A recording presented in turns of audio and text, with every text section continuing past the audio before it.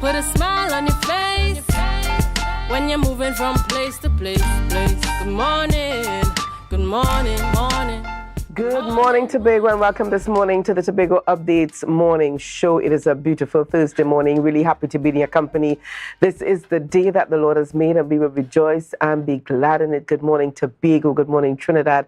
Those of you viewing in the Caribbean and those of you on the live, good Thursday morning to you. Well, viewers, unfortunately, Julian is not with us today and may be out for the next couple of days, but I trust, I can assure you that he is well. All is well wherever he is. Julian, good morning. Good morning from all of us here in Tobago, wherever you are. And viewers, before we get on into things, because we've got a lot to discuss and a lot coming up on the program this morning, we want to head on over into news in 90 seconds with Chanel. Thank you so much, Ria. And here is your news in 90 seconds for Thursday, the 15th of June, 2023, brought to you by Coconuts Cafe, located on the ground floor of the Port Mall. Minority Leader Kelvin Morris demanded the immediate resignation of Chief Secretary Farley Augustine and Education Secretary Zoisha Hackett. At a press conference yesterday, he said he had information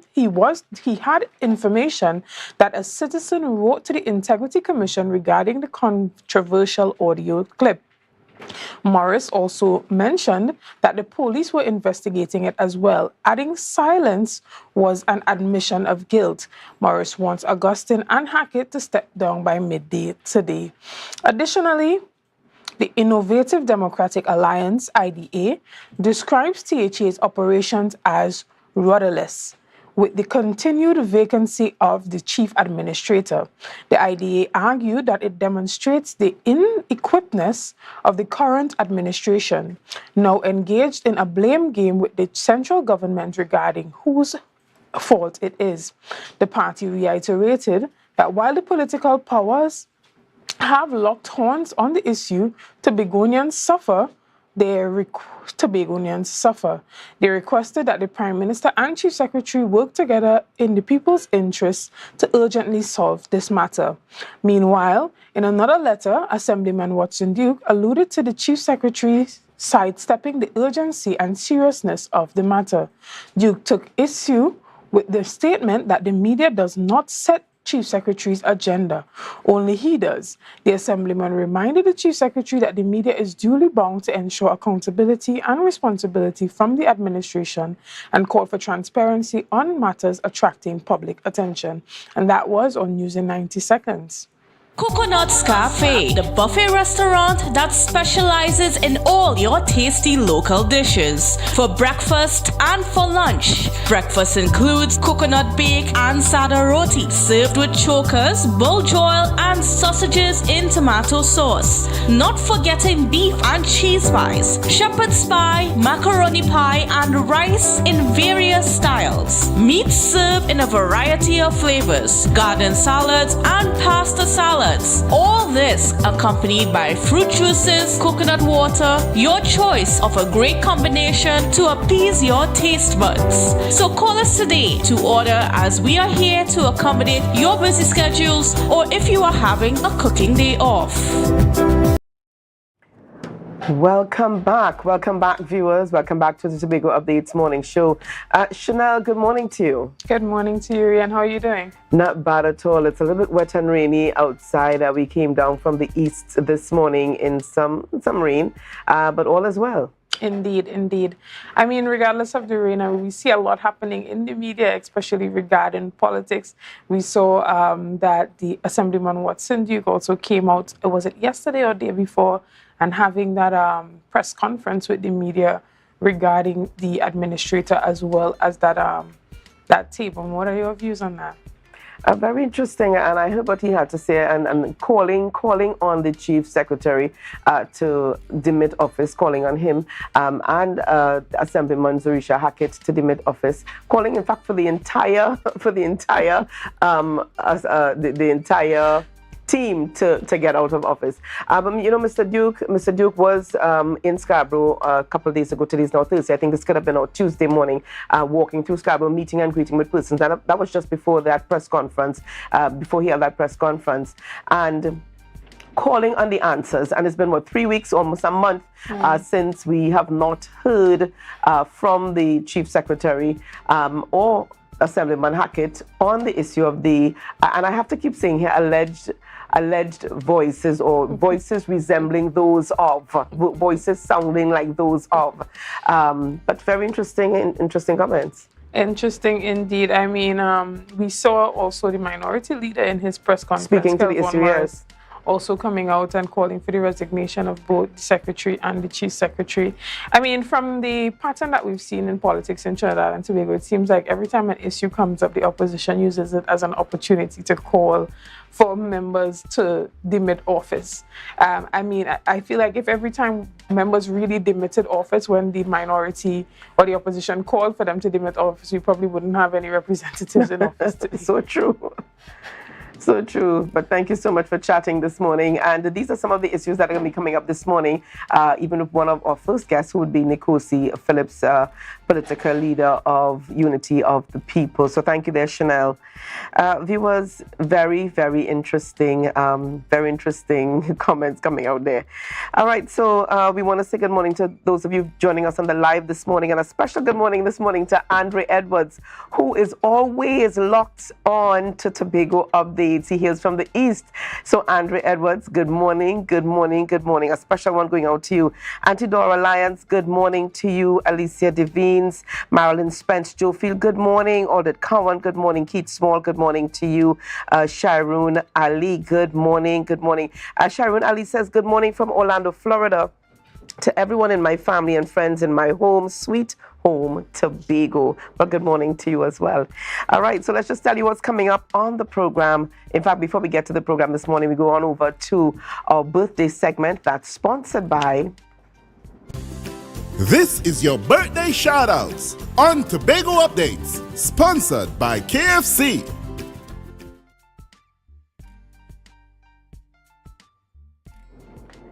All right, so we've got just one birthday greeting today, and this is Devon Brown, fondly known throughout Tobago as Pumpkin. Yes, Pumpkin, happy to be alive. We thank God for life this morning, because a few years ago it could have been so different. But happy birthday going out to you there, Devon Brown, from your family, your friends, and the entire Wesleyan Holiness family, Tobago family, going out to you. Birthday shoutouts on Tobago Updates, sponsored by KFC. From the experts that created the Zinger sandwich comes the KFC Crispy Barbecue Zinger. The only one I see is you. Cheddar cheese, crispy onions, the most delicious Kentucky Fried Chicken, and barbecue sauce. Get ready for a whole new level of flavor. All right, viewers, welcome back. And we've got an anniversary today. Celebrating their anniversary, Assemblyman Terrence Baines and his lovely wife, Jenny Baines, celebrating their anniversary. And don't let the gray beard fool you, viewers. Don't let it fool you. He's younger than that gray beard is making him out to seem. Okay, that's right, young boy at heart. Assemblyman Pastor Terrence Baines. Now I understand it could be Assemblyman Bishop Baines, but happy anniversary going out to you both. Keep love alive. I always say keep enjoying and not enduring. Big difference. And you show us what to do. You lead the way very well. Thank you so much there for that. Well, viewers, we're going to head on over to our rundown at this time. So let's let you know what's coming up on the program today. Very interesting program, as we indicated a little bit earlier on. So we're going to start things off this morning chatting with Nicolesi Phillips, political leader of Unity of the People. And the conversation goes down the road of the voice note gate. According to Mr. Duke, voice note gate, vacate office now. And that's where we're going to be heading with our discussion this morning. And then we continue this morning chatting with Kelesia Letlow, Perun, and we're going to be talking, and Calicia is an immigration lawyer, a KYL law firm, and it's about the new visa-free travel to Canada, what you need to know. We continue chatting this morning with Juliana Henry King, president of the Past Student Association for the Tobago Institute of Education, which is Thai School, on Life to Reading and Activity Summer Camp. She'll give us some more information on that. And then we wrap things up this morning chatting with Randy Taylor and Nikita Frank Charles, representatives of Speyside High School, and it's all about their Boys and Girls Enrichment program. Viewers, and you don't want to miss this. You want to see how Speyside High School tailored that day to get the best out of their boys and girls, get their attention, certainly. So you don't want to miss this. So we've got some clips of how that day went. You do not want to miss this. So that's what's coming up on the program for us this morning. Well, again, we say thank you to those of you who are joining us on the live, joining us on M&E TV, Gael, joining us on Facebook and YouTube. We say good morning, and I'm so happy to have you locked on with us this morning. Well, we're going to be heading over now into Tobago in Focus. So share the live, share the live, share the live.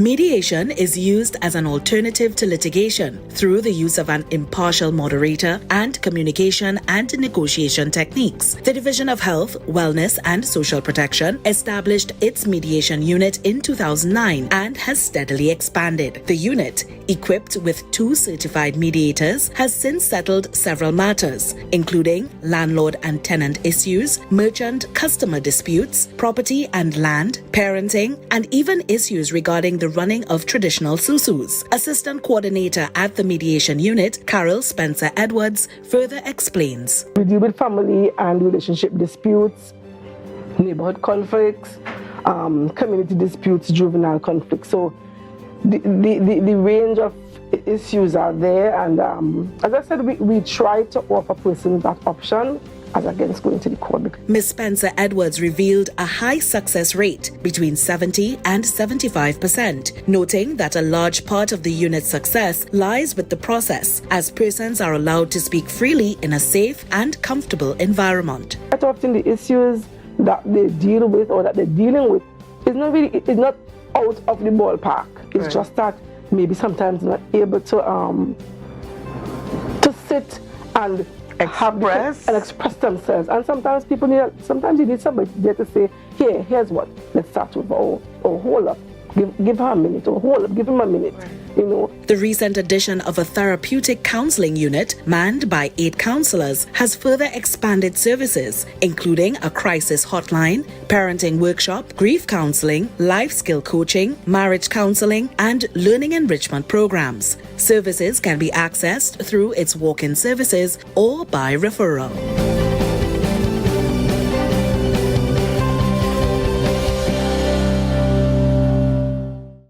Viewers, welcome back this morning to the Tobago Updates morning show. We should have on the line at this time with us Nicolesi Phillips, the political leader of the Unity of the People. The conversation this morning is on the voice note gate. Vacate office now. Good morning and welcome to you, Nicolesi Phillips. Good morning, Tobago. Good morning, Trinidad by extension. Good morning, beautiful Ria and Tobago Updates. Good morning. Good morning. Always good to chat with you.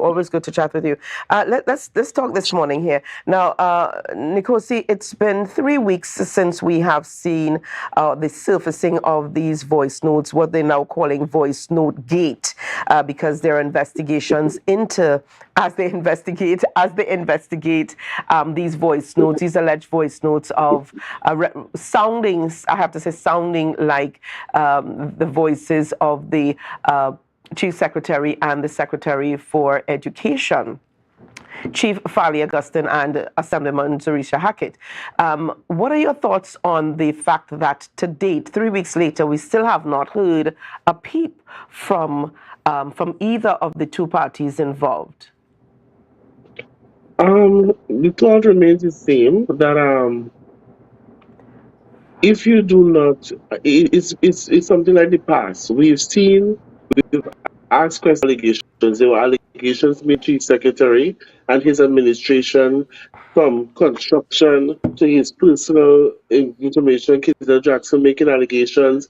We've seen Mr. Duke make allegations against him, and then he comes out a few days after his silence and talking about legal actions. We have not heard any updates from those legal actions. Heard anything yet on the Vanilla Topping fiasco with the money's being sent to the US. We haven't heard any updates or anything. So for me, it comes as you are sitting in a seat and you feel like you have the ultimate power, and then disrespecting the media, saying that the controller dictate his space. Then if the media boycotts all his news and all these things, who will then be subject to give information to the public? The media is like the people of Tobago. The media speaks for the people of Tobago at one point in time, because if we don't, all of us can't go to every meeting that they have.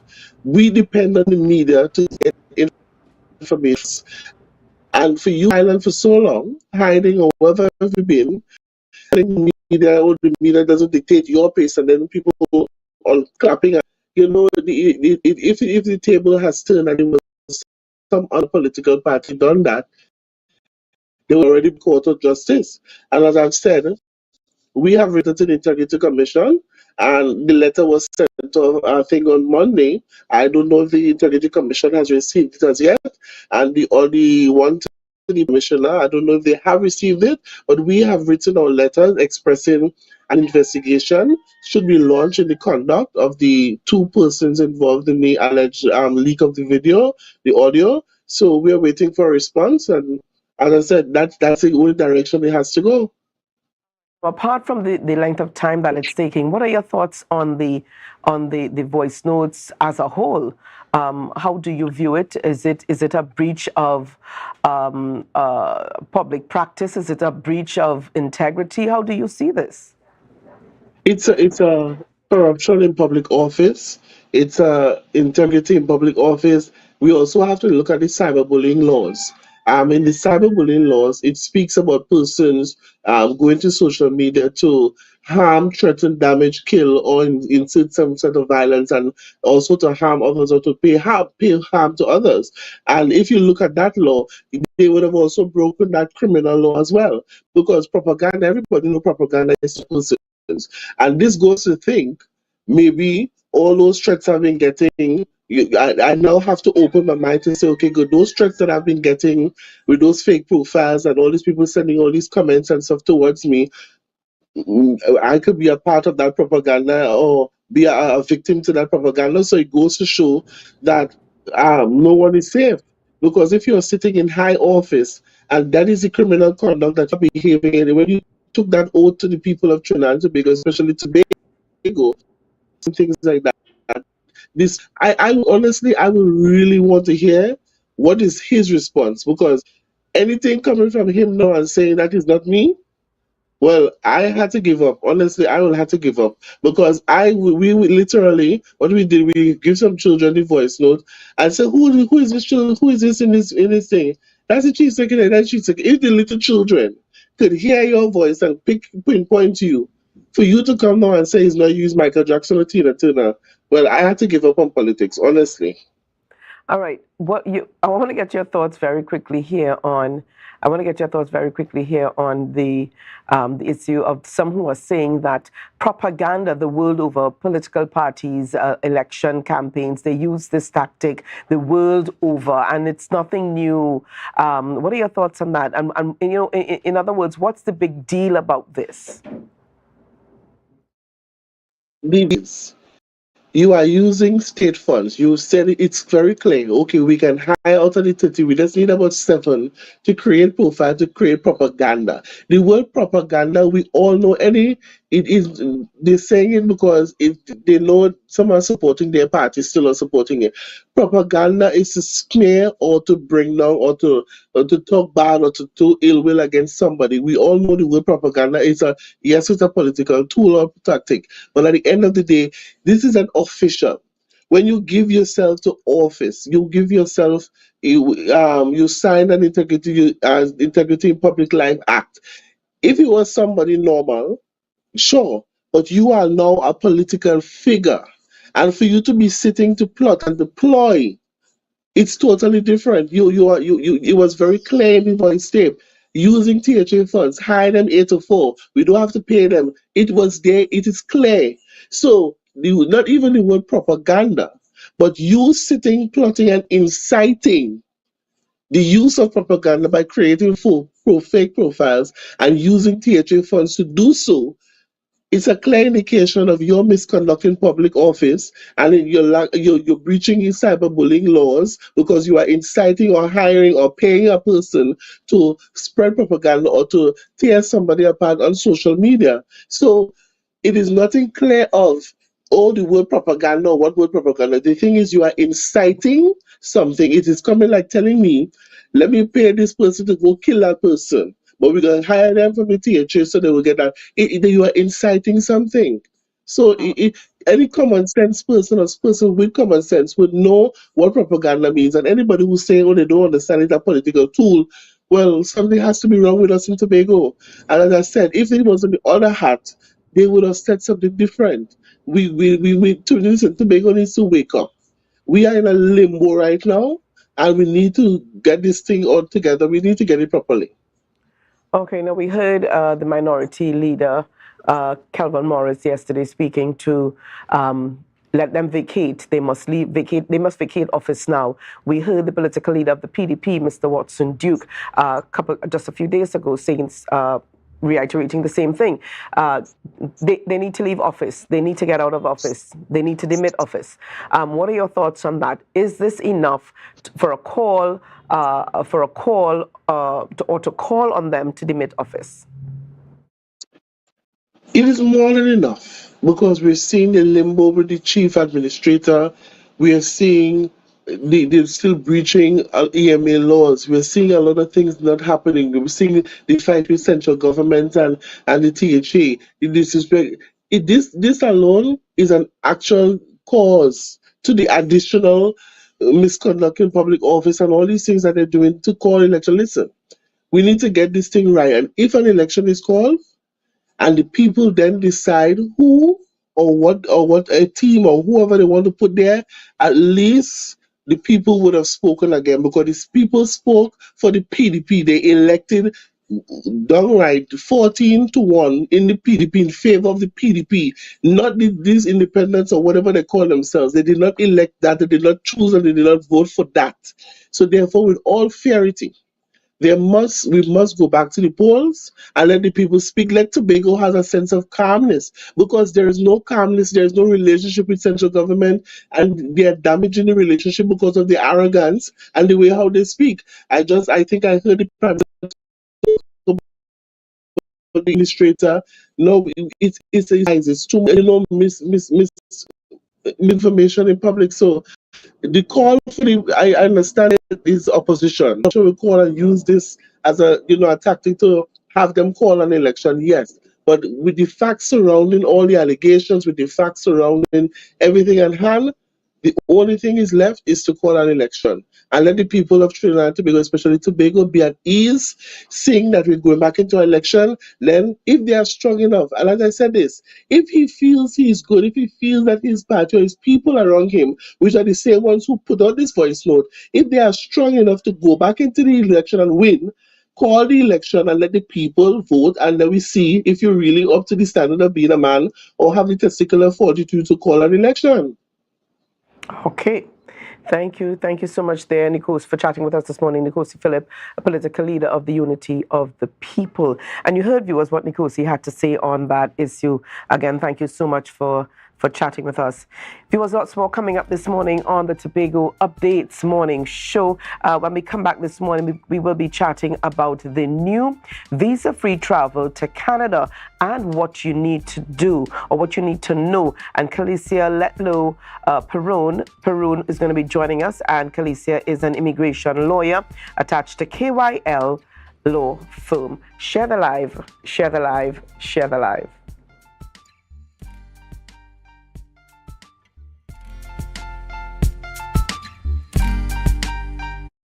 Hey you buy a gift for daddy, has it? I didn't think so. You could come into Authentic Builders right here in Tobago local road, right? And you can get discounts on power tools for daddy. If not, you know you can get fame as well. Right behind me there is blocks. You can buy some blocks to finish the house or tunnel steel, lumber, even roofing as well. So we are announcing our Grandfather's Day sale. And to crown it off, the crowning moment will be Friday the 16th and Saturday the 17th, where you can come in store, get free giveaways, and on Friday is breakfast given out. Saturday is lunches sharing out. So you hear the scene right here in Bonaccord, Tobago, and send in your quotation to 272-1990 for your free WhatsApp quotation. It's that simple. So guys, come on down right here at Tobago Local Road in Canaan to come and get your best prices. Not to mention, don't forget, you have to come down here Friday the 16th and Saturday the 17th, where you're getting giveaways and all different things will be happening right here for Daddy in Tobago. Later.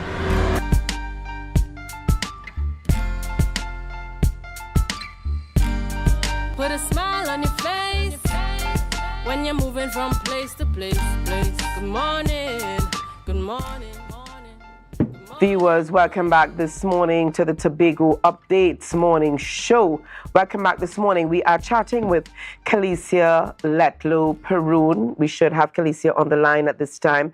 Immigration lawyer attached to KYL Law Firm. And this morning, our topic is on the new visa-free travel to Canada and what you need to know. Good morning and welcome to you, Kalicia Letlow Perun. Are you hearing me? Good morning. Yes, I can hear you. Can you hear me? We're hearing you loud and clear. I trust that I did justice to the pronunciation of your name. That's okay. It's Kalicia.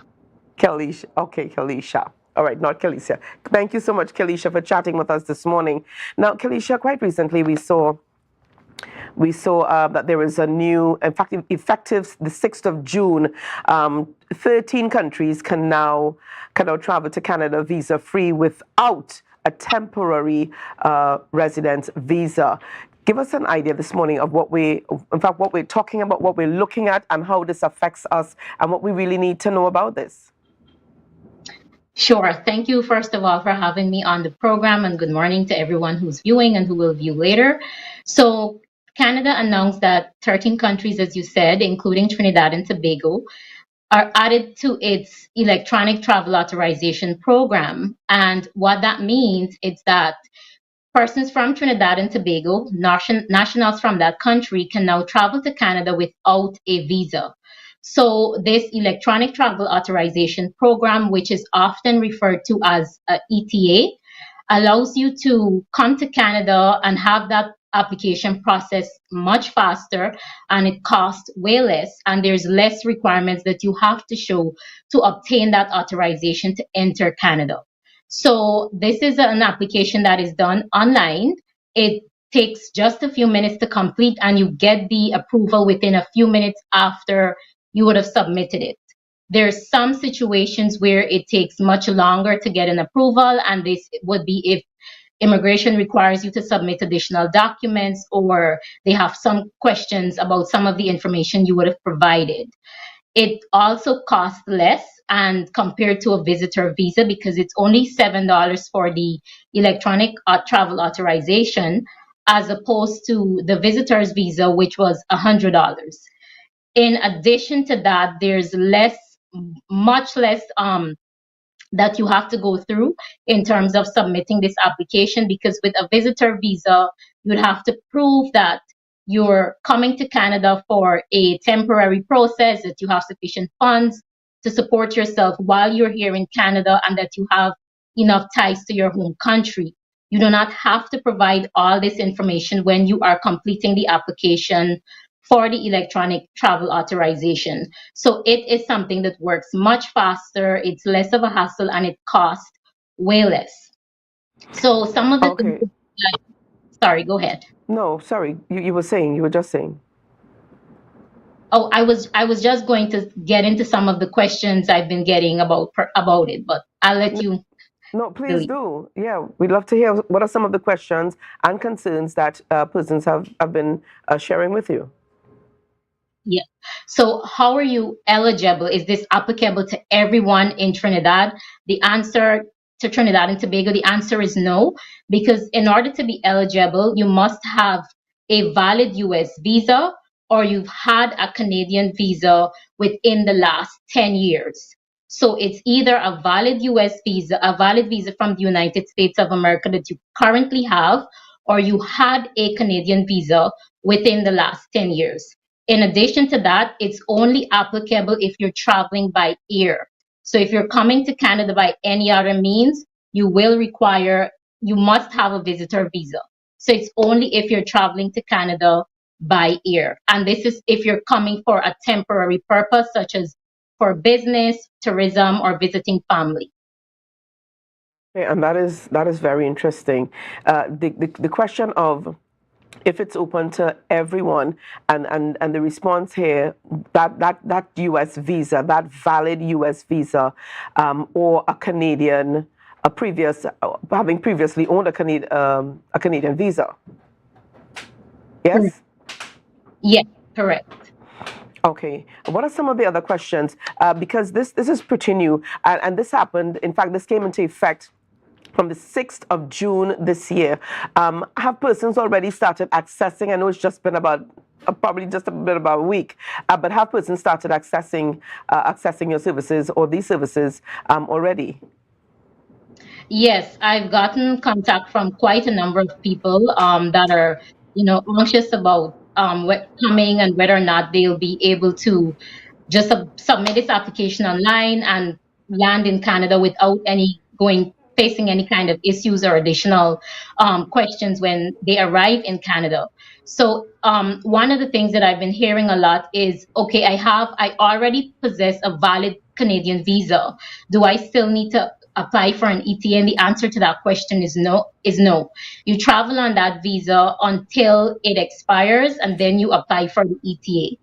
So if you have a visa, you travel on that. If you don't have a visa and you've met the requirements that I've mentioned earlier, then once you've submitted that application online, you can board your flight and travel to Canada.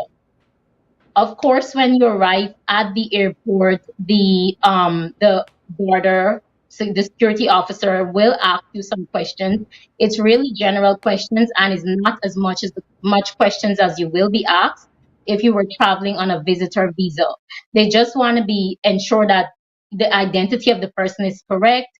They want to ensure that, just get a general idea that you are staying temporarily. And they will stamp your passport if they feel that you should not stay with, the general 6 months period. Because normally when you come to Canada for a temporary purpose like visiting, you're allowed to stay for 6 months. If the officer stamps a date in your passport, then it's usually a date shorter than 6 months and you have to leave by that date. Of course, you do have the opportunity to apply for an extension.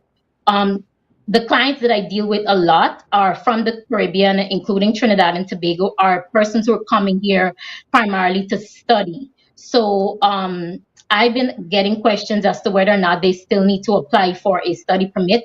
And the answer to that question is yes. So you would have to apply for a study or work permit if you're coming to Canada for that purpose. And if that application is approved, then you automatically get the ETA.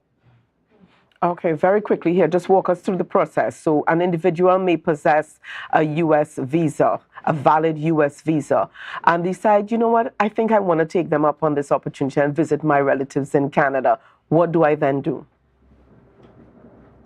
Sure. So if you're in that situation, you go online on the government's website, ensure that it's the official Canadian government immigration website, and it's usually, Canada.ca, followed by, you'll see the words immigration, but ensure you're on like a legitimate website, and you can type in electronic travel authorization. The links come up. You will be guided. You'll be able to click the links and be guided through there to submit that application. As I mentioned, it takes it takes a few minutes. It might take about 5-7 minutes. You don't have to provide any documents such as bank statements or an invitation letter or anything of that. You fill in your name, your date of birth, your personal information like your address, of course, your passport number, and you want to ensure that that passport is valid. If, for example, you're traveling with a passport, with a new passport that doesn't have the US visa, when you're traveling to Canada, ensure that you bring that old passport with the US visa in it. So it's not a lot of information that has to be submitted. I do this for clients, and I'm able to do that. I'm able to apply for them as a representative, or a person can apply for themselves. It takes like 5 to 7 minutes. If your relative have invited you and they provided you with a letter, you can't update that letter with your ETA application, but I would advise you to travel with it when you come to Canada and just show it to the officer. It just, in case the officer may have kind of any doubts as to, your visit to Canada, you have something to prove. Or even if you're traveling, for example, a graduation or a wedding, and you have proof of that, travel with it. Thank you so much. Thank you so much for taking the time to chat with us this morning. And this is Kalisha. I think I got it right now. Kalisha? Yeah. Okay. Letlo Perun. Yes? All right. Yeah. And all the best to you. Thank you so much. Viewers, there you have it. So some information going out there for us. The new visa-free travel to Canada, and the process has just been made a whole lot easier. And you've got a little plus if you've already got yourself a U.S. visa, a valid U.S. visa.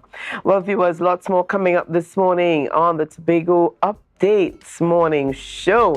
We're going to be chatting with Juliana Henry King, president of the Past Student Association for the Tobago Institute of Education, or TAI, and it's all about their Life to Reading and Activity Summer Camp. So share the live, share the live, share the live.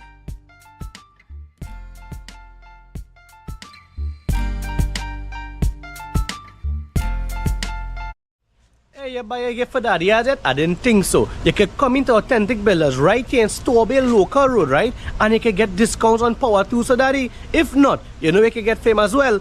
Right behind me there is blocks. You can buy some blocks to finish the house, or tunnel steel, lumber, even roofing as well. So we are announcing our Grandfather's Day sale. And to crown it off, the crowning moment will be Friday the 16th and Saturday the 17th, where you can come in store, get free giveaways, and on Friday is breakfast given out. Saturday is lunches sharing out. So you hear the scene right here in Bonaccord, Tobago, and send in your quotation to 272-1990 for your free WhatsApp quotation. It's that simple. So guys, come on down right here at Tobago Local Road in Canaan to come and get your best prices. Not to mention, don't forget, you have to come down here Friday the 16th and Saturday the 17th, where you're getting giveaways and all different things will be happening right here for Daddy in Tobago later.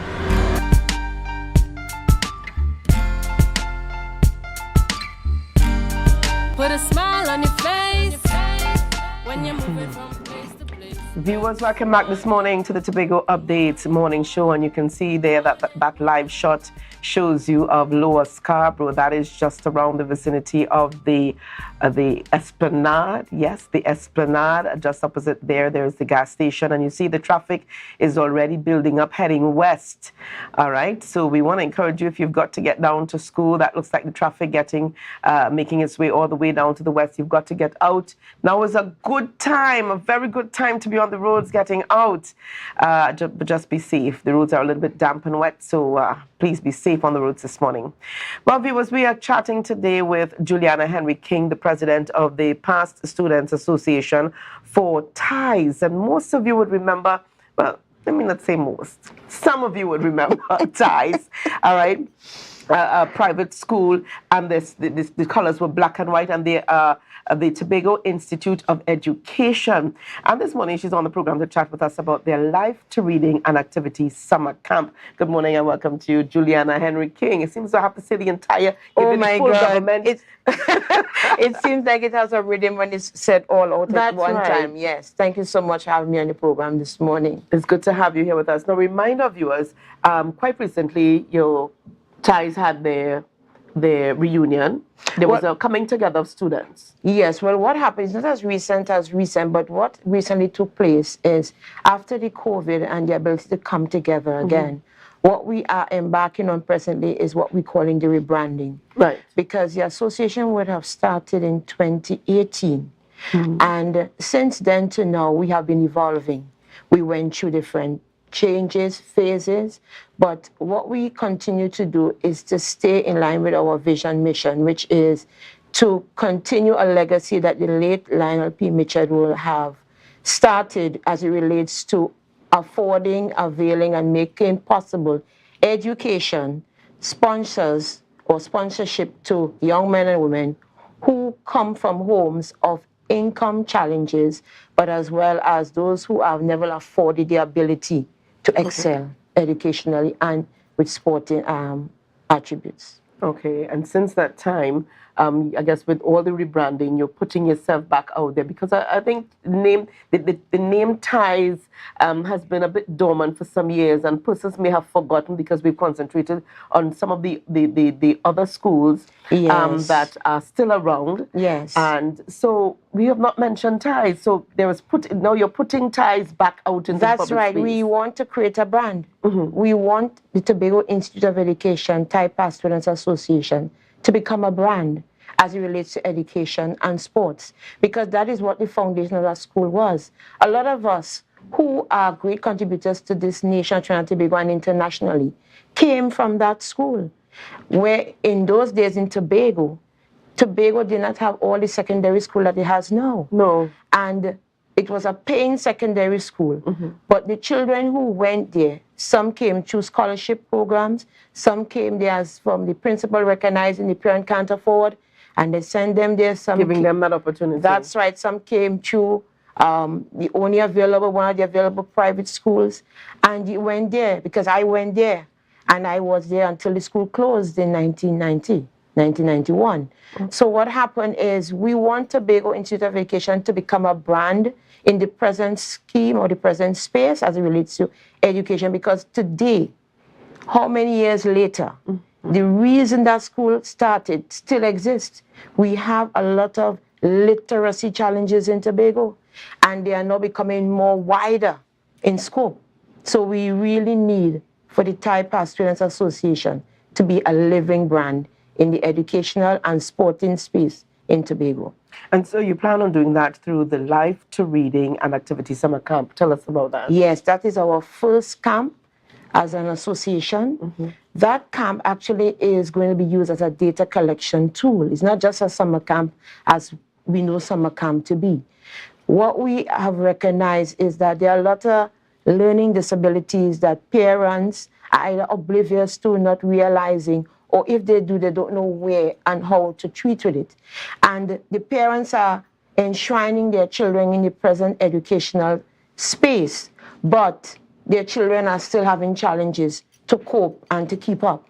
So what we have decided as an association is to use this camp as a data collection tool to start the process, because one of our greatest mission is to open or reopen a private secondary school with different elements to it, from primary come right up, to treat with those children that just cannot fit in to what we call, quote unquote, the normal space of education in the school, because these challenges are real and they are getting more and more diverse. So this camp really is to be used as a data collection tool. We are using reading as the foundation for acting, for choral speaking, for writing, rewriting. We want to see children's capability, imagination, the ability to read, to spell, to blend their words, to sound. Be using that to understand what we're working with. Because consulting with the experts in this field of these whole different learning challenges, they said we have taken up a monster, meaning it's not just a hit and run agenda or hit and run mission. This is the start. We need to know what we have to deal with. So this camp, we are going to use it to get data. Also, the aspect of the art, we have partnered with a young woman who has an organization called Wishlist. That organization is a private business that deals with graphic designing on cups, on jerseys, on hats. We don't just want to do normal art and craft. We want to embark on different types of artwork that can usher young people into the whole idea of wanting to become businessmen and women in the field, not just to occupy their time in the camp. This, honestly speaking, is not going to be a daycare camp. It's not going to be a daycare camp. That's right. It's going to be a camp that's going to produce results for parents who really want to charter their children down a pathway of productivity and progress. When is the camp due to start and where will it be held? Okay, it's due to start on the 11th of July to the 5th of August. We're doing it for 1 month. Right. And we're going to divide it into 2 phases, 2 weeks, because we deal with 2 different age groups. It's going to be at the Signal Hill Youth Center. And we have on board young men and women who would have been excelling in the sporting arena, who is going to assist us in terms of the sporting activities. And the cost for that camp is $600 for the 2 weeks, and that cost will take care of registration, which takes place on the 7th of July at the Signal Hill Youth Center. And it will also offset refreshments as well as some of the material that the graphic designer Wishlist would like the parents to have. That cost will take care of some of it. Because we really want to make it affordable, but we also want it to be used for the real mission of starting the process of making available avenues for parents, for their children to excel with learning disabilities or learning challenges. Now, you expect this to be a success? I have no doubt about it. I make no room for it. Right. Other than then what happens after that? What happens? What happens is that we continue out of the information we gather. Now we go to the next phase because we don't want it to be one-hit wonders. We don't want it to just wait another 12 months for us to attend to it. When we get the data from this camp, what we're going to be doing now is going to the next phase of treating with the next gen, because that data will tell us where we have to focus more on. When we get that information, those we are consulting with will guide us through the process. Because again, we now would have to speak to the parents on the findings, and then we will guide them. And if necessary, we would want them to work with us to help them to find the solution. Okay. How can business contact you for more information? Well, they can contact me at 363-7333, or they can contact our Vice President, Mr. Luster Trim, 684-3655. Those are the 2 numbers they can contact us at. And we really want the support because we are, as we would have said in our last interview on this program, thank God for Tobago Updates, we would have spoken about adopting Lansbury Primary School as our pilot project. And part of the proceeds of this is going to be used to assist the school. How are you planning on assisting the school? Is it infrastructure? Well, what is happening, we would have spoken to the principal of the school. And one of the things we recognize is that most of the parents of that school are parents who are of low income status. So what we're going to do is embark upon giving vouchers, because it's coming to the end of the school term, where parents don't have to get their finances together for books. So we're going to assist some of the children in that arena, as well as in terms of foodstuff, because it is our pilot project. It's our concern, the Lansbury Primary School. Okay, well, thank you so much for chatting with us this morning. Thank you for having us. Just remind us very quickly here, it's coming up from the 6th. The registration's on the 7th. It begins on the 11th of July, ends on the 5th of August, and it's at the Signal Hill Youth Center, and it's going to be a grand time. We also want to provide simple refreshments because we really want it not to be about making a profit. It's about creating an avenue of giving back. All right. Giving back to Tobago's children. But thank you so much for chatting with us this morning, Juliana Henry King. I tell you, there's just a rhythm to saying the entire name. Juliana Henry King, President of the Past Students Association for the Tobago Institute of Education ties. And you see there she's in her black and white. Oh, and those are yes. the colors associated with the ties school. Yes, it was yes. white shirt. And black pants. Black pants, That's right. That's And the right. principal was a stickler for uniform, and it's a beautiful color. Yeah, it stands definitely. out. That's right. Yes. So thank you so much for joining us. Viewers, lots more coming up this morning on the Tobago Updates Morning Show. So share the live, share the live, share the live.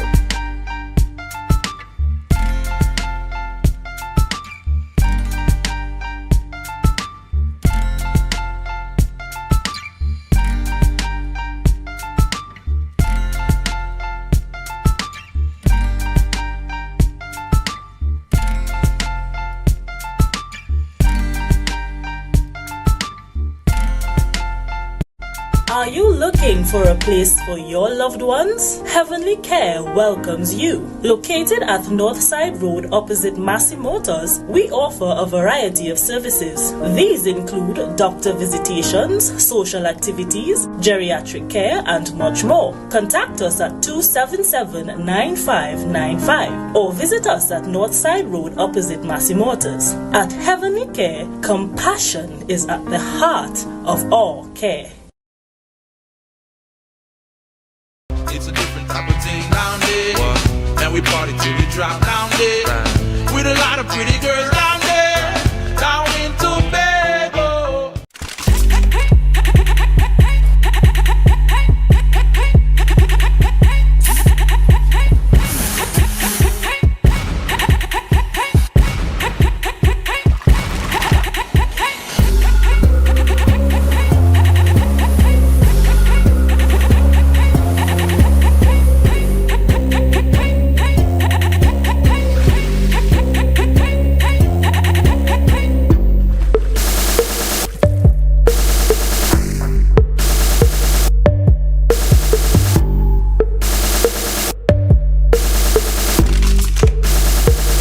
Tobago Glass Supplies has been a leading name for over 37 years in the glass and aluminum market in Tobago. We provide an extensive range of high-quality, innovative aluminum and glass products for commercial and residential use. Competitive prices with superior and professional services by committed employees who are guided by rigid quality standards. Tobago Glass Supplies specializes in the manufacture and installation of glass and aluminum products that are essential to today's homeowners and the business environment. We are engaged in marketing, sales, and installation of a variety of products. These ranges from windows and doors to necessities such as mirrors for homes and vehicles, designed and manufactured in-house or imported.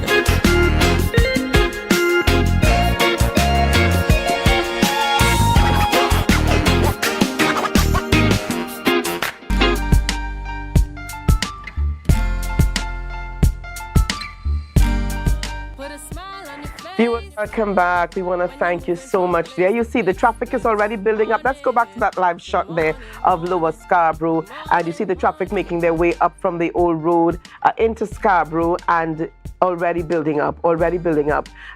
So we're urging you, if you've got to get into Scarborough, now is the time. In fact, then was the time. You're going to experience some traffic indeed, whether it's on the highway or on the old road. And you can see very clearly here that the traffic has eased a little bit. There's some ease to the traffic that is heading to the west, and it's certainly building up on the way into the east, into Scarborough, into the heart of the town. You know, we really need to get those lines removed there. We really need to get those lines removed there to be able to get a nice, clearer, more beautiful shot of Scarborough. And, you know, we live in a beautiful island. We live where persons dream of vacationing. But we want to say thank you this morning to all those who joined us today for the program. Whether you were on the live, you were on YouTube, you were on Facebook, wherever you join us from, Gael, M&E TV, we say thank you for joining us. Well, Chanel Felix is coming up in a short with GMT. But even as we say goodbye to you, viewers, we want to say thank you again and let you know that Tobago Notes is coming up. So you don't want to miss it. That's where you get to find out what's happened in Tobago and some of the, some of the scenarios and situations and some of the exciting things that are happening here in a beautiful island of Tobago. So thank you again for joining us. Have a great day, Tobago, and we will see you tomorrow, God willing.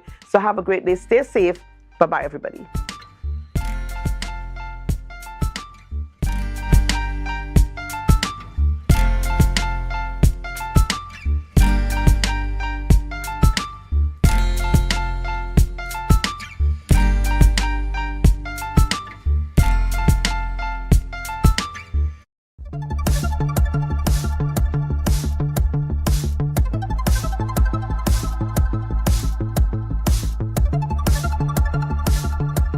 Ladies and gentlemen, the Occupational Safety and Health Department, formerly Safety and Health Unit, was established in 2012 as a strategic approach by the THA to comply with the Occupational Safety and Health Act. This department is responsible for the development and implementation of an OSH management system throughout all divisions of the THA. A warm welcome to the 9th Annual Tobago House of Assembly's Occupational Safety and Health Awards Ceremony 2023. This ceremony marks the culmination of all of the activities that took place in commemoration of the ILO's World Day for Safety and Health at Work 2023, which is celebrated worldwide today. The activities hosted by the department embody the theme for this year.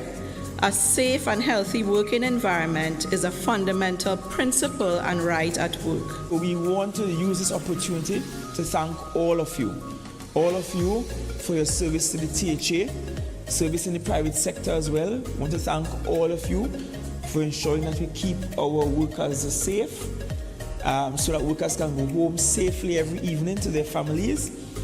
And we will keep working. This is a commitment that we will keep working as far as resources are available in ensuring that the work environment remains safe, hospitable, and healthy for all our workers.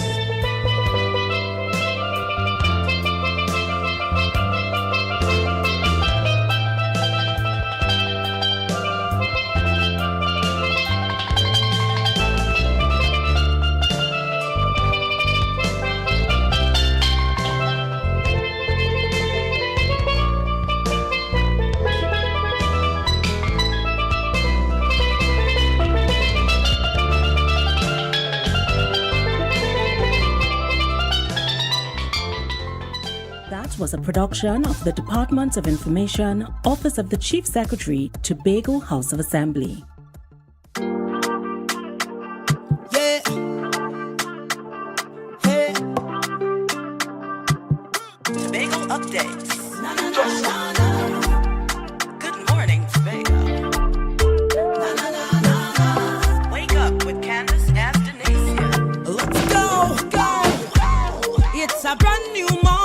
Rise up to a brand new dawning as the passion start to rise. The energy fill the skies. I say thanks for favor to wake up and hear me neighbor. 60,000 people strong and the vibes is never wrong. Good morning, and welcome to Good Morning Tobago right here on Tobago Updates, guys. Good morning again. And you know, whenever you see me here, it's because we're about to have those conversations that you want to have to get the morning started. And I'm going to ask those questions that you want asked.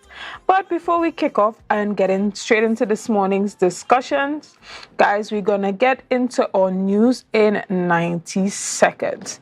But first, I'm going to need my laptop to cooperate. All right. So we're going to start off with the minority leader, Kelvon Morris, who demanded the immediate resignation of Chief Secretary Farley Augustine and Education Secretary Zoisha Hackett. At a press conference yesterday, he said he had information that a citizen wrote to the Integrity Commission regarding the controversial audio tape. Morris also mentioned that the police were investigating it as well, adding silence was an admission of guilt, and Morris wants Augustine and Hackett to step down by midday yesterday. And staying with politics, the Innovative Democratic Alliance, IDA, described THA operations as rudderless, with the continued vacancy of the chief administrator. The IDA argued that it demonstrates the inequipness of the current administration, now engaging in a blame game with the central government regarding who's at fault. The party reiterated that while the political powers have locked horns on the issue, Tobagonians suffer. They request that the Prime Minister and Chief Secretary work together in the people's best interest to urgently solve the matter.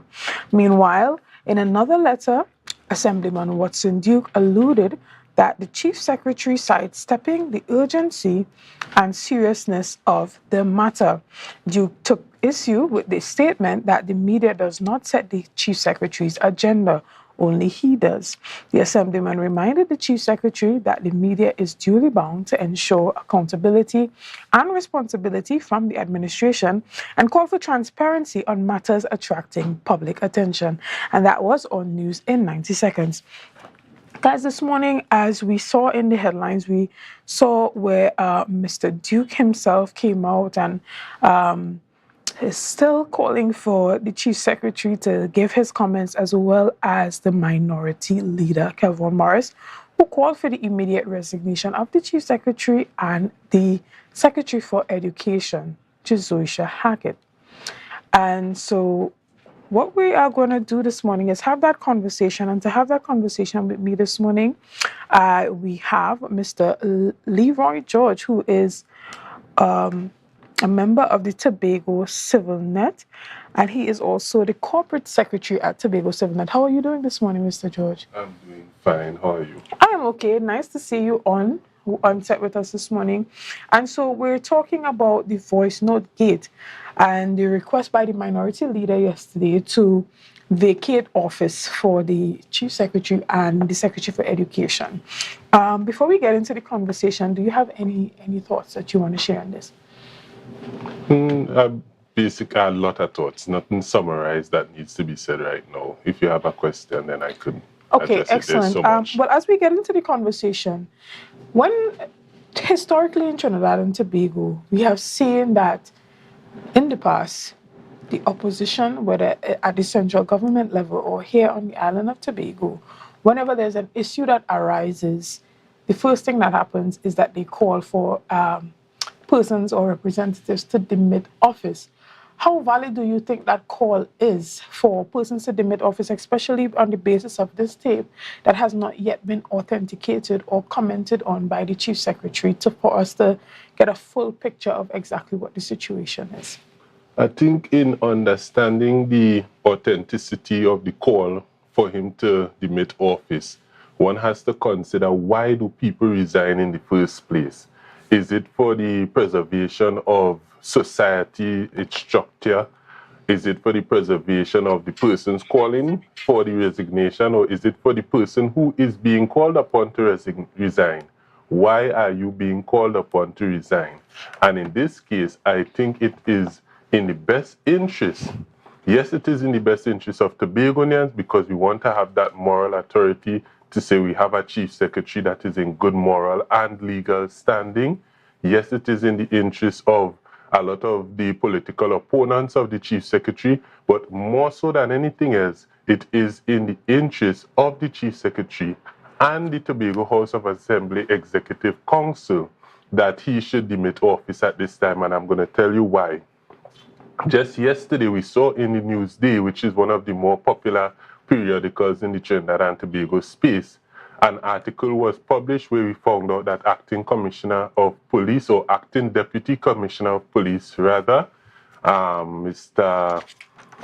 Simon, he would have confirmed that they are looking at that voice recording, and there is quite a big possibility that if that investigation has not already started, it's going to start very soon.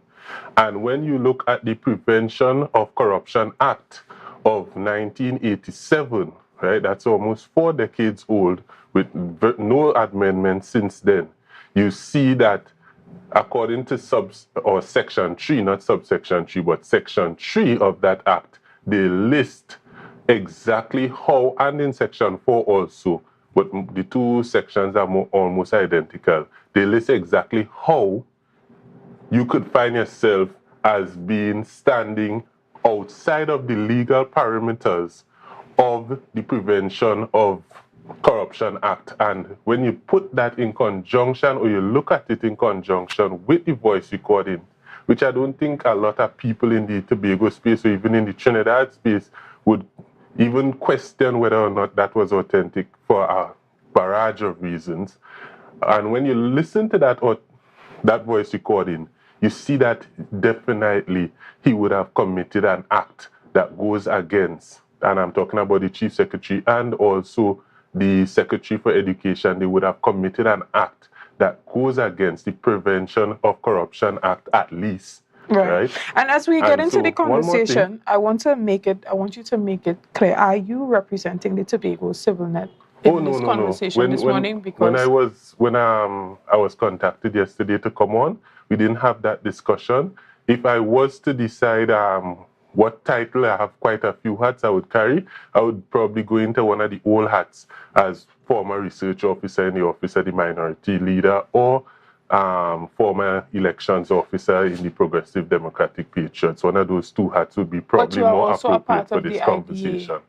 Yes, I was a candidate for the IDA in the past THA election also. Are you still a part of that organization? I am still of the opinion that Dr. Denise Soyafat Angus is the best of the options that we have right now. Okay. Right now, we only have. So you're not representing IDA in this conversation? In this conversation, I'm going to be representing myself as someone that has information. I'm former research officer in the Office of the Minority Leader and former elections officer in the Progressive Democratic Patriots. All right, excellent. I just wanted to make that clear for the purpose of the Tobago Civil Net, so that it is ensured that the opinions that are shared here are not a reflection of the Tobago Civil Net. Yes. You can go ahead. Right, and so when you look at Section 6 of that Act which you're talking about, you'll see that there are certain penalties there, and the penalties are pretty stiff.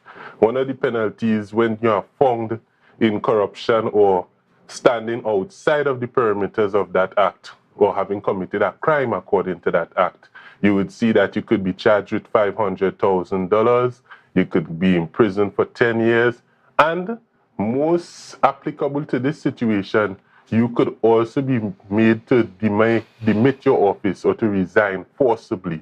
And also another thing to note in that act, we talked about Section 3. If you look at Section 4, they also talk about what happens to the other person, because Section 3 speaks specifically to somebody holding public office, especially a government official, and it specifically made mention of the Tobago House of Assembly gaining any kind of favor using their position in a way that is corrupt. Right. And it falls squarely onto what we heard in that. And I want to find out from you, in your own personal capacity, do you truly think that it is in the best interest at this point in time to have the Chief Secretary demit office?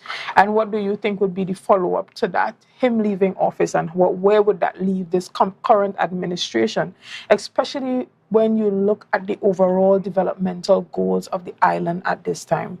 Well, considering the fact that the investigation already started or is about to start, there isn't probably a lot that could be done for the Chief Secretary.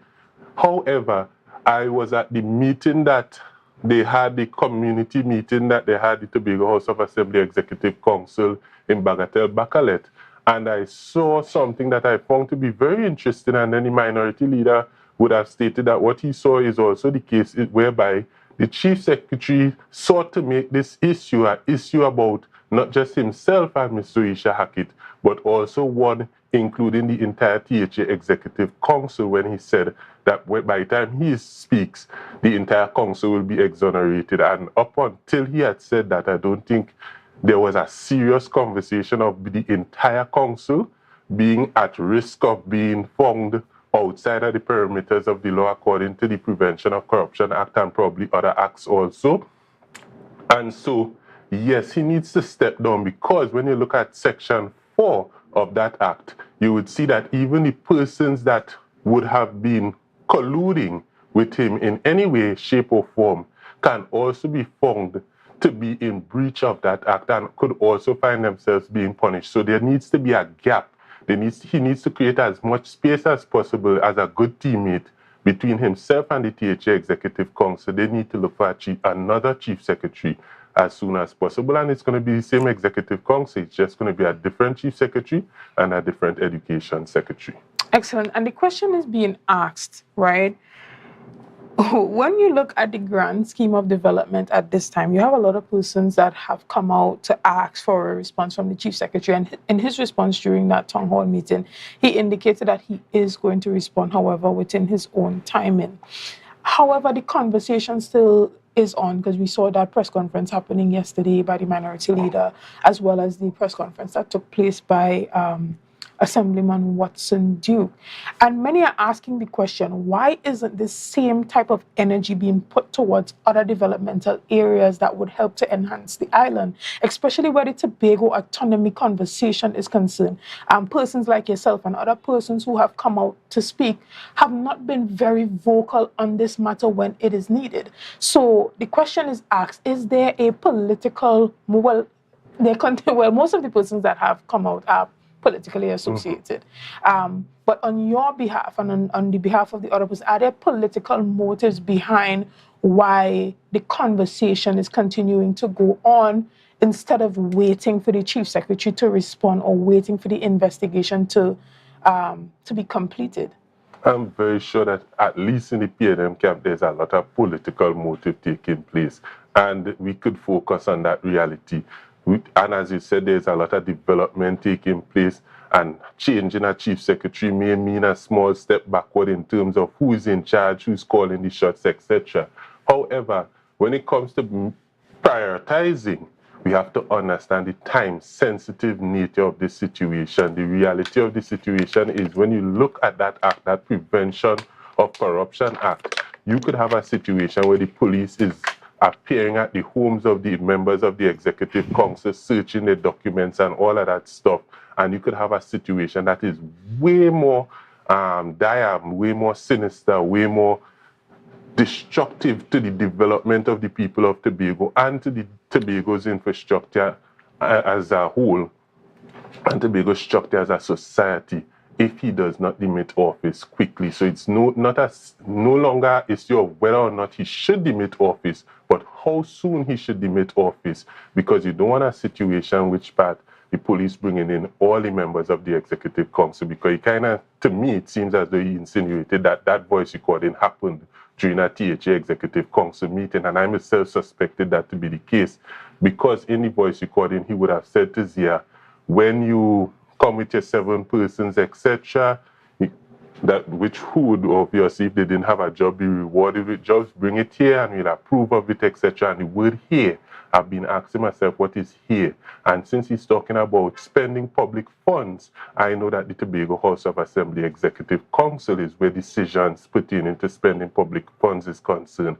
And so again, I cannot overemphasize how important it is for him to protect his THA Executive Council. Don't try to bring them into the situation when they're already outside, and for him to resign office in order for him to separate himself from that, and also separate himself not only from the Executive Council, but also separate himself from the governance of Tobago, because this reflects very badly on Tobago. Channel 6 just last night asked if it looks like the Chief Secretary is making a fool of Tobagonians. 93% of them said yes, 7% of them said no. This is going to reflect very badly on Tobago, and there are going to be real side effects if he does not demit office immediately. Excellent. And guys, we're going to take a brief break, and we'll be back right after this. The energy fill the sky. Hey, you buy a gift for that, yeah? I didn't think so. You could come into Authentic Builders right here in Tobago local road, right? And you can get discounts on power tools, so daddy. If not, you know you can get fame as well.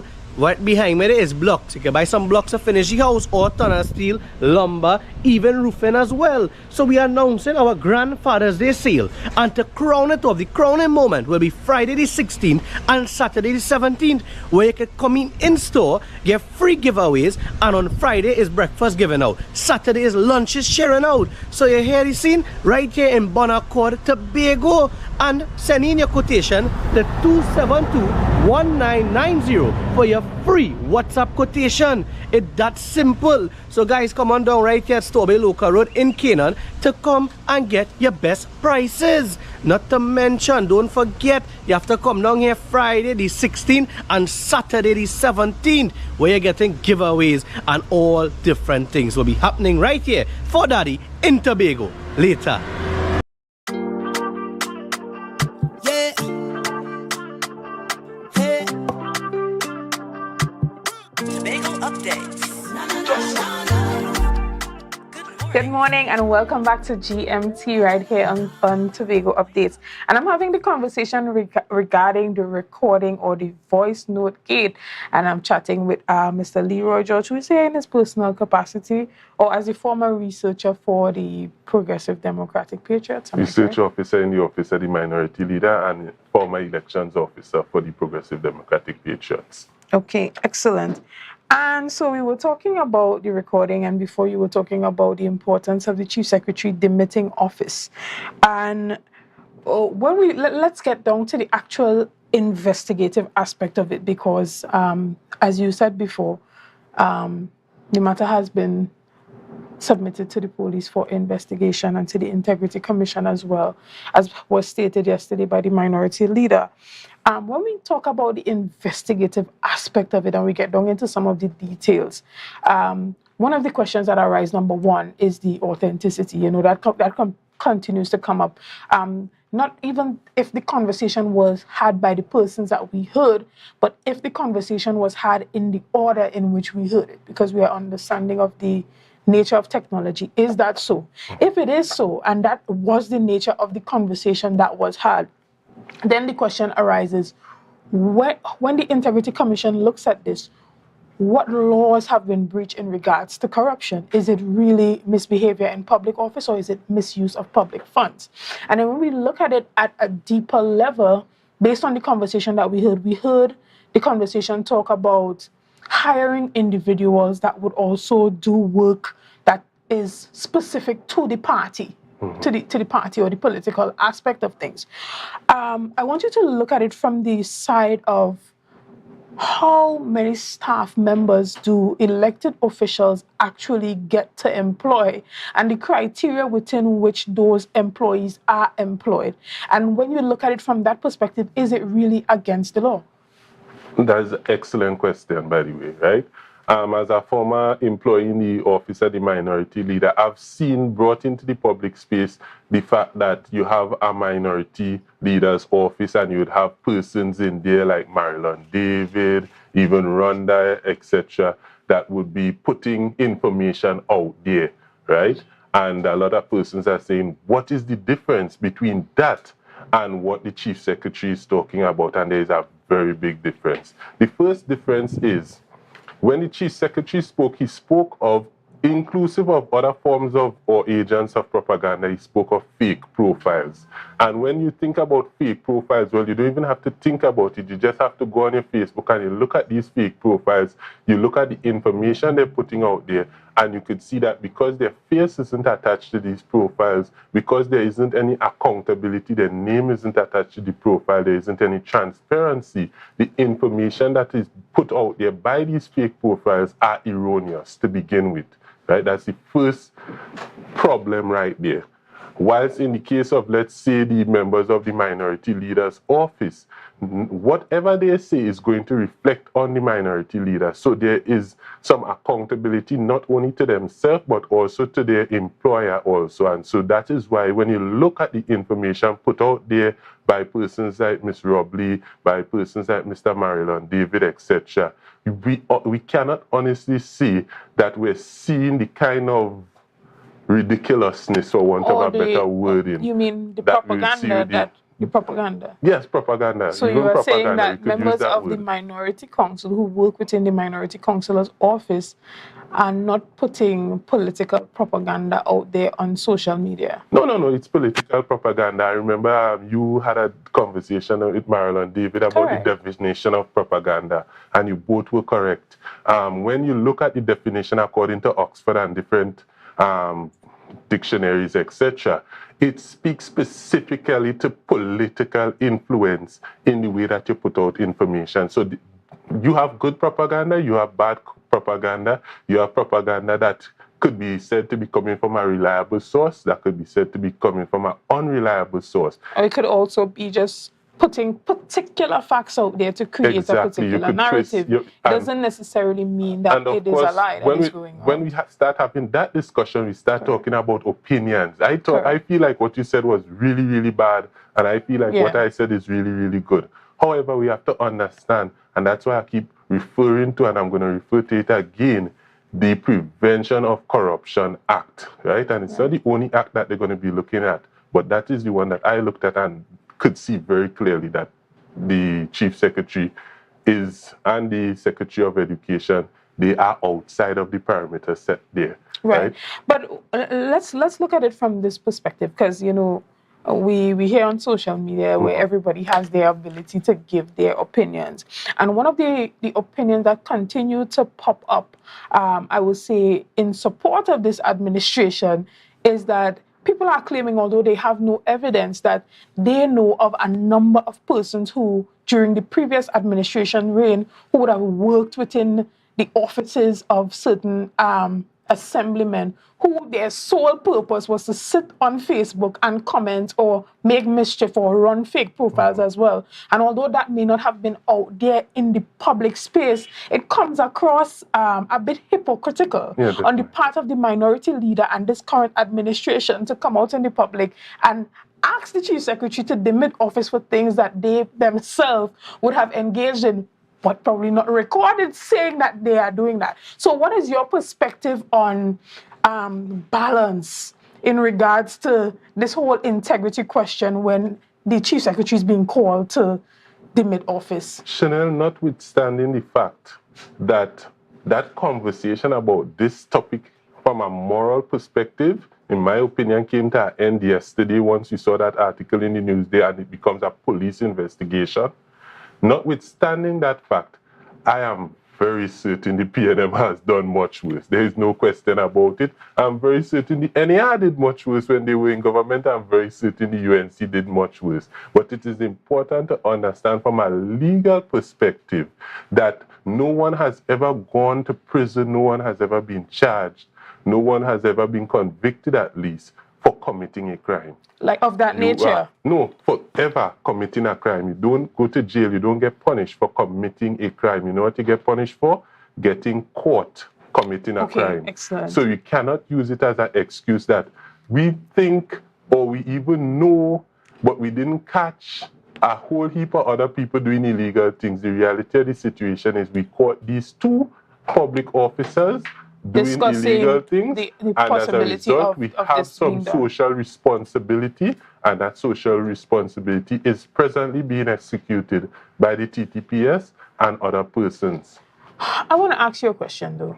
In regards, can a person be indicted for having a conversation, or do they have does it have to be proven that indeed what happened in that conversation was actually executed? And how does the Trinidad and Tobago Police Service investigate and incriminate the individuals that were speaking in this video?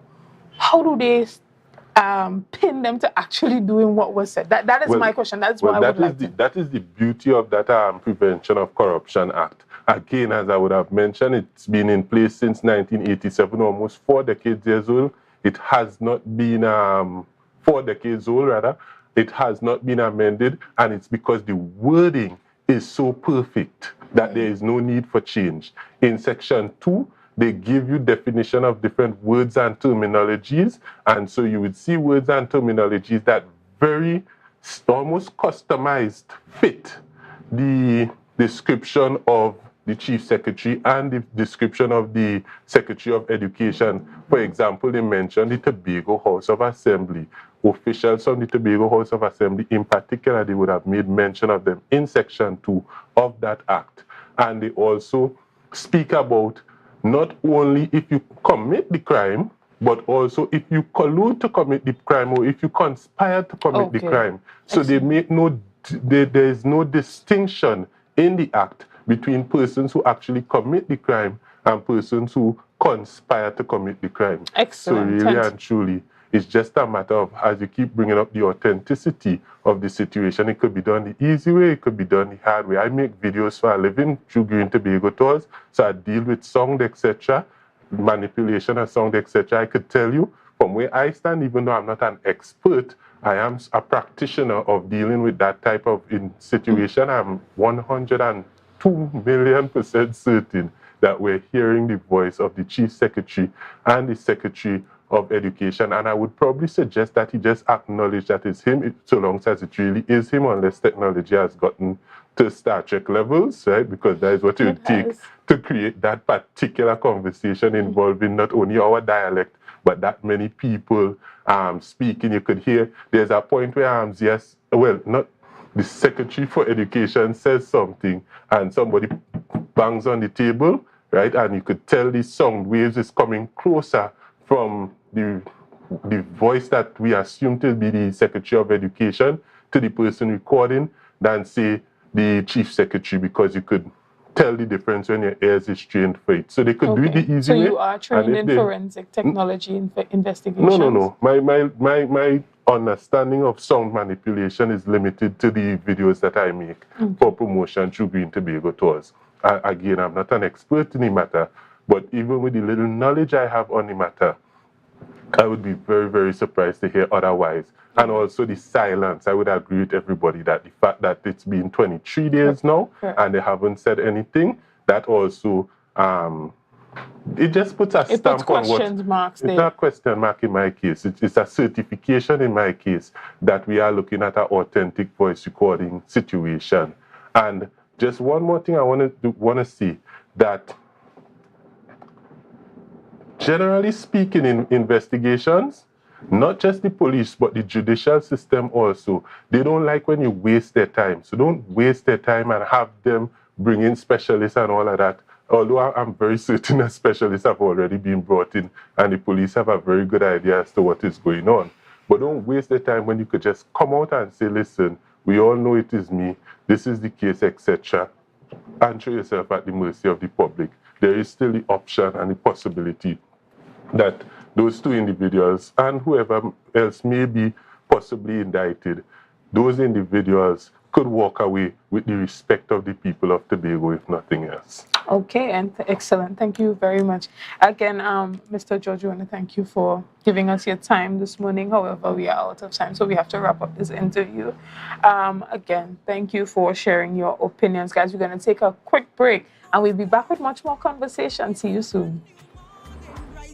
To a brand new dawning as the passion start to rise, the energy fill the skies. Are you looking for a place for your loved ones? Heavenly Care welcomes you. Located at Northside Road opposite Massey Motors, we offer a variety of services. These include doctor visitations, social activities, geriatric care, and much more. Contact us at 277-9595 or visit us at Northside Road opposite Massey Motors. At Heavenly Care, compassion is at the heart of all care. Hey, you buy a gift for that, yeah? I didn't think so. You can come into Authentic Builders right here in Tobago local road, right? And you can get discounts on power tools, so daddy. If not, you know you can get fame as well. Right behind me there is blocks. You can buy some blocks to finish the house, or tunnel steel, lumber, even roofing as well. So we are announcing our Grandfather's Day sale. And to crown it off, the crowning moment will be Friday the 16th and Saturday the 17th, where you can come in store, get free giveaways, and on Friday is breakfast given out. Saturday is lunches sharing out. So you hear the scene right here in Bonaccord, Tobago, and send in your quotation to 272-1990 for your free WhatsApp quotation. It's that simple. So guys, come on down right here at Tobago Local Road in Canaan to come and get your best prices. Not to mention, don't forget, you have to come down here Friday the 16th and Saturday the 17th, where you're getting giveaways and all different things will be happening right here for Daddy in Tobago. Later.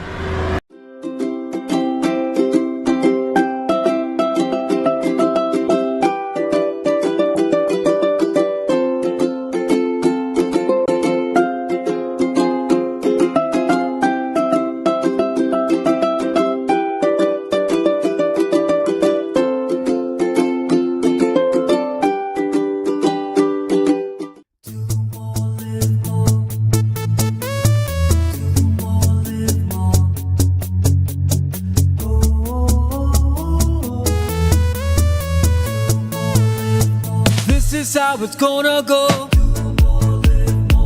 They better look up below, 'cause this is your show, and everybody's gonna know.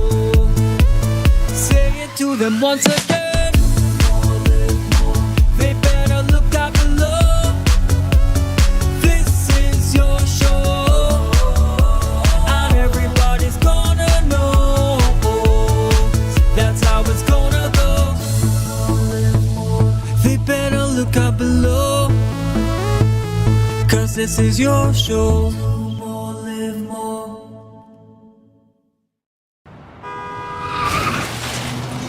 Everybody only worrying. Never ever worry. Don't mind how things looking hard. I tell them never ever worry. If your nice can't get damaged bad. I tell them never ever worry. What I'm saying is true. So just consider Tatil is always right here for you. I tell them never ever worry. Don't mind if life make you sad. I tell them never ever worry. If your house get flooded out real bad. I tell them never ever worry. What I'm saying is true. So just consider Tatil is always right here for you. I tell them never ever worry. If sickness catch you off guard. I tell them never ever worry. If times fall on you real hard. I tell them never ever worry. What I'm saying is true. So just consider Tatil will always be here for you. Never worry about a thing. Tatil, where people are people. You know what I mean. October will never be better. With Tobago, carnival fever. Book your passage and come on over. It's a different type of thing down there. And we party till we drop down there. With a lot of pretty girls down there. Down in Tobago.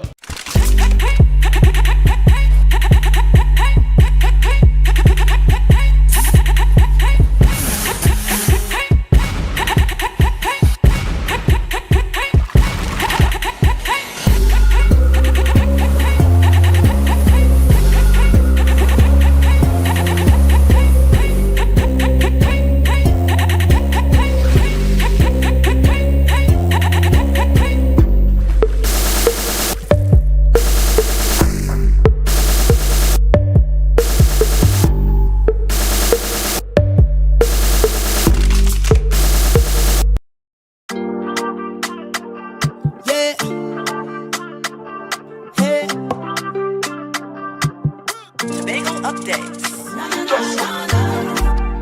Good morning, Tobago. Wake up with Candace and Denise. Let's go.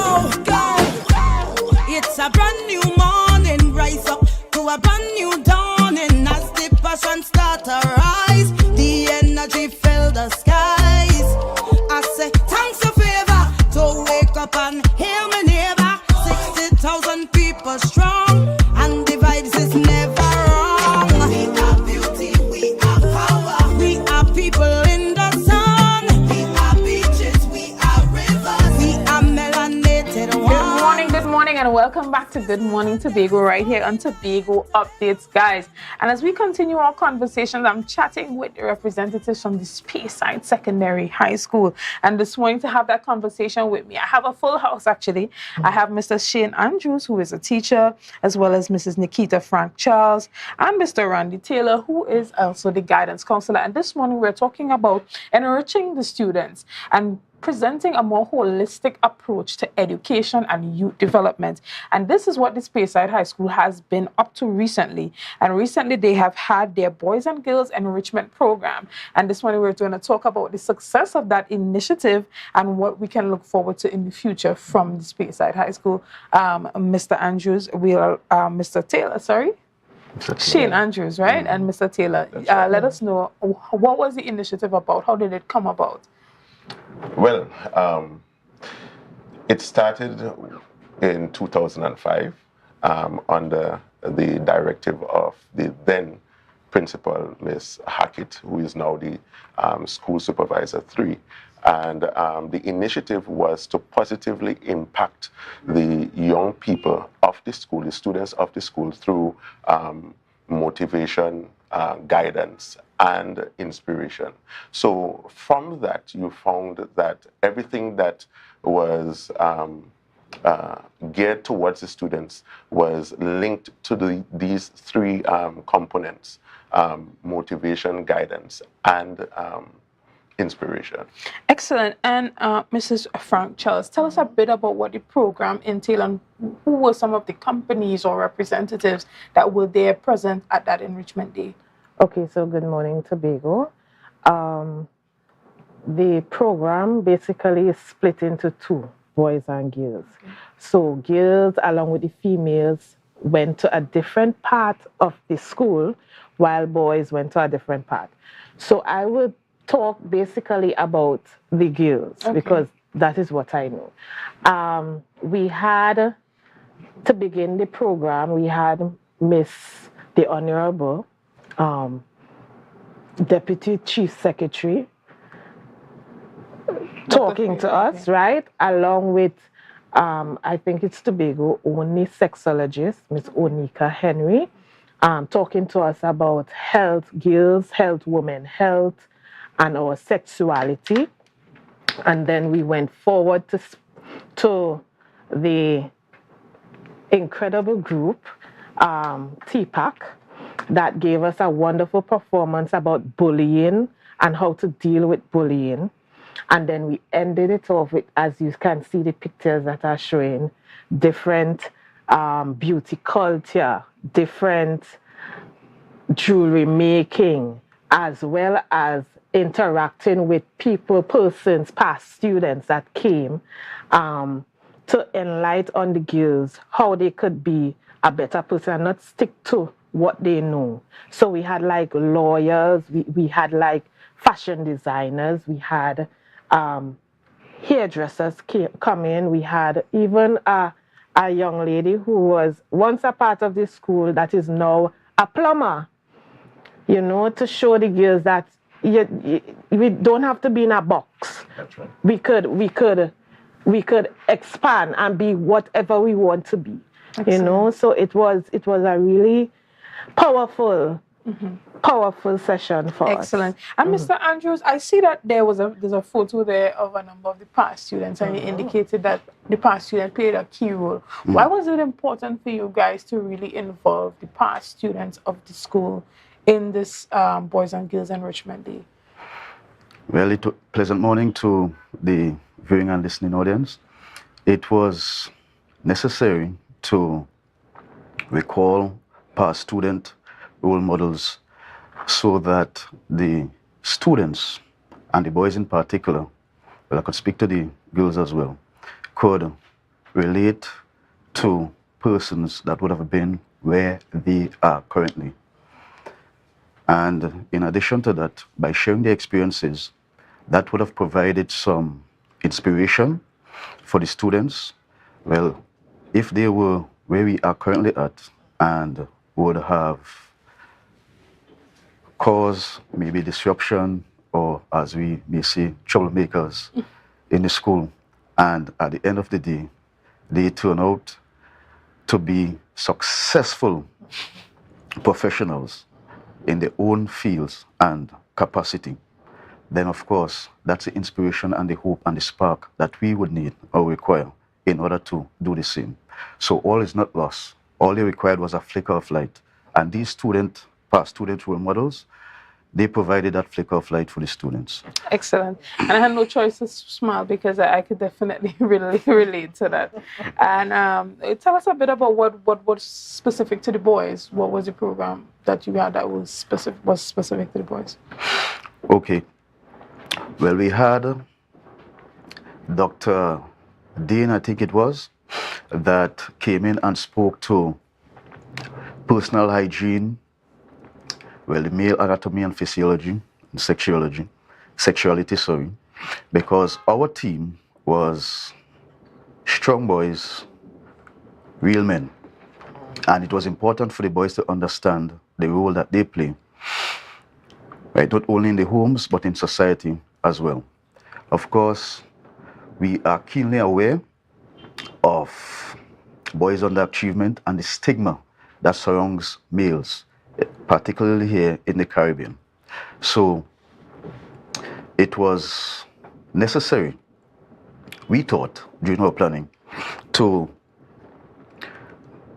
bring in engaging participants like members and representatives of the Job and Boat Association. We also brought in a past student who is a mechanic. We also brought in a past student who is an air condition refrigeration technician to show them, well, hey, these are alternative routes besides the core academic program that you guys can follow based on your latent potential and abilities.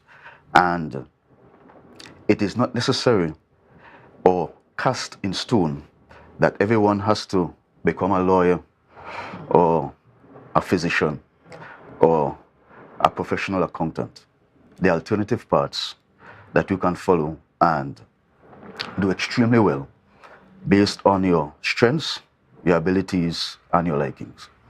Well, I mean, it seems like the students were extremely excited, and it was quite engaging, not just sitting and listening to the lecture, but they got a chance to really get into it. You know, we saw one of the students actually participating in that dragon boat thing. Right. And Mr. Taylor, tell us, do you really deem the event to have been a success, and what are the measures of success that you guys are using? Just the very question gives me goosebumps, because as a guidance counselor, I'm always at the heart of the students. You know, they come and they share how they feel on a day-to-day basis, and oftentimes you will hear some negative comments coming from, you know, how they view school. And this is not about Speyside. This is students talking about learning, the learning process, and sometimes it could become boring. But when we had this program, as we talk about the success of it, I'm listening to the same students saying to their comrades or to their classmates, I can't talk nothing bad about school again. You know, past students wanting to come back to school saying, why, how come they didn't do this when we was, you know, I mean, this kind of excitement and, as Sir said, this spark. And this is what we want to continue, that this momentum that we would have generated with the students. And as a guidance counselor, I'm overwhelmed to see the positive impact that this small but yet dynamic program would have caused individuals to look at school from a different light. Excellent. And Mrs. Frank Charles, as we have to wrap up because we don't have much time this morning, is there anything that you want to leave with the students as well as the people of Tobago in support of the school? And what can we look forward to in the future from Speyside Secondary High School? Now, I want to leave with the students that to remind them, and those who don't know, to let them know that they are unique, they are powerful, they are ambitious. You know, don't listen to what the outside world has to say. Remember that in all, you are a child of God and you can do all things through Christ. Before we go, I would just like to say thank you, because there were a lot of persons that had their hands in it for it to become a success. So we would just like to say thank you to the guest speakers. I wouldn't call names. All the guest speakers that we had, I would like to say thank you. A thank you to you. The sponsors, especially Viewport. We have to mention Viewport Supermarket. They helped us out a lot, so we really appreciate everything that they have done for us. We also want to thank the parents for their assistance, for giving us items, food items, and we also, without this program, the students, we want to thank the students for being involved, for helping us for the day to become a success. We really want to thank them for it, and the teachers for allowing themselves to, because we were there all hours trying to make the place be a success for that day. So we just want to thank the students. We are hoping that this continues every year. It so happens that it did not happen every year past. So we are hoping that it continues every year. We are praying and hoping that we get the sponsors and we get everything that we would need to push so that it could happen every year. Excellent, excellent. Again, I just want to say congratulations to Speyside High School for such an engaging initiative and understanding that there often needs to be, variety in the way that kids are learning, because, we have different types of learners. Some are visual learners, some are audio learners, and the list goes on. But it is important to pay attention to what the kids are paying attention to now, and understanding that their attention spans are now shorter than ever before. So that we have to create curriculums and initiatives and activities that suit, the current where we are currently, especially where the kids' minds are. And again, I said I can relate to, understanding the importance of bringing back past students to see where they are now. Because I myself happen to have been a troublemaker in school, So I just want to thank you guys again for coming on and giving us that time and having that conversation. And again, we want to see this, the school wants to see this being an annual initiative. So if you are out there and you want to support something like this, you can contact the Speyside High School. Let them know that you've seen them on Tobago Updates and this is an initiative that you want to get behind. They are open to sponsors, I'm sure, as well as speakers and anybody within different industries who feel like they have something to share that can motivate and engage students. So guys, thank you, and that is all for this conversation. And we're going to take a quick break and we'll be back right after this. See you soon.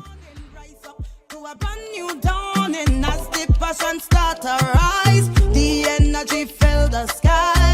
Tobago Glass Supplies has been a leading name for over 37 years in the glass and aluminum market in Tobago. We provide an extensive range of high-quality, innovative aluminum and glass products for commercial and residential use. Competitive prices with superior and professional services by committed employees who are guided by rigid quality standards. Tobago Glass Supplies specializes in the manufacture and installation of glass and aluminum products that are essential to today's homeowners and the business environment. We are engaged in marketing, sales, and installation of a variety of products. These ranges from windows and doors to necessities such as mirrors for homes and vehicles, designed and manufactured in-house or imported.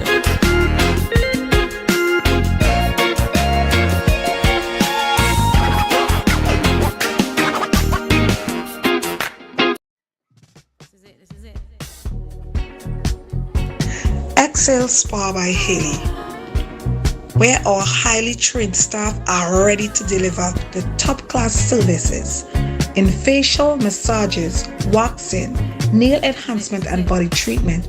We are ideally located at Coco Avenue, Switzerland, Tobago. You can find us on Instagram, Facebook, TripAdvisor, or you can call us on 730-0149. Excel Spa by Haley. Relax, renew, and rejuvenate. Advertise with Tobago Updates. Call 284-6597. If you have a small or large business, we can get your information in front of the masses. Reach our rapidly growing viewership on Facebook and YouTube. Promote your brand in Trinidad and the Caribbean through M&E TV Now and Gayel. Yes, we can build unique ads for your business. Call now 284-6597 and advertise with us.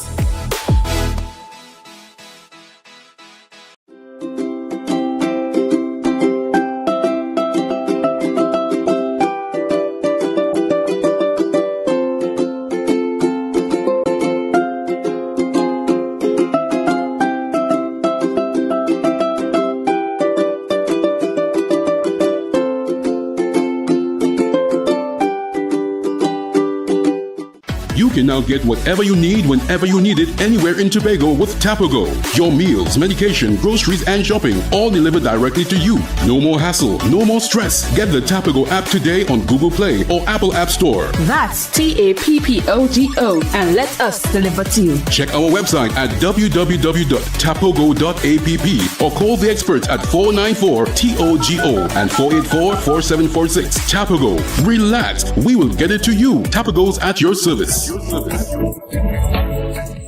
The best place to stay in Tobago is at Thorn's Place, with rates starting as low as 200 TT. Call or WhatsApp 745-7306 or 682-8676. We are located uptown Scarborough, 5 minutes away from the port. Remember, at Thorn's Place, our aim is to make your stay safe and affordable.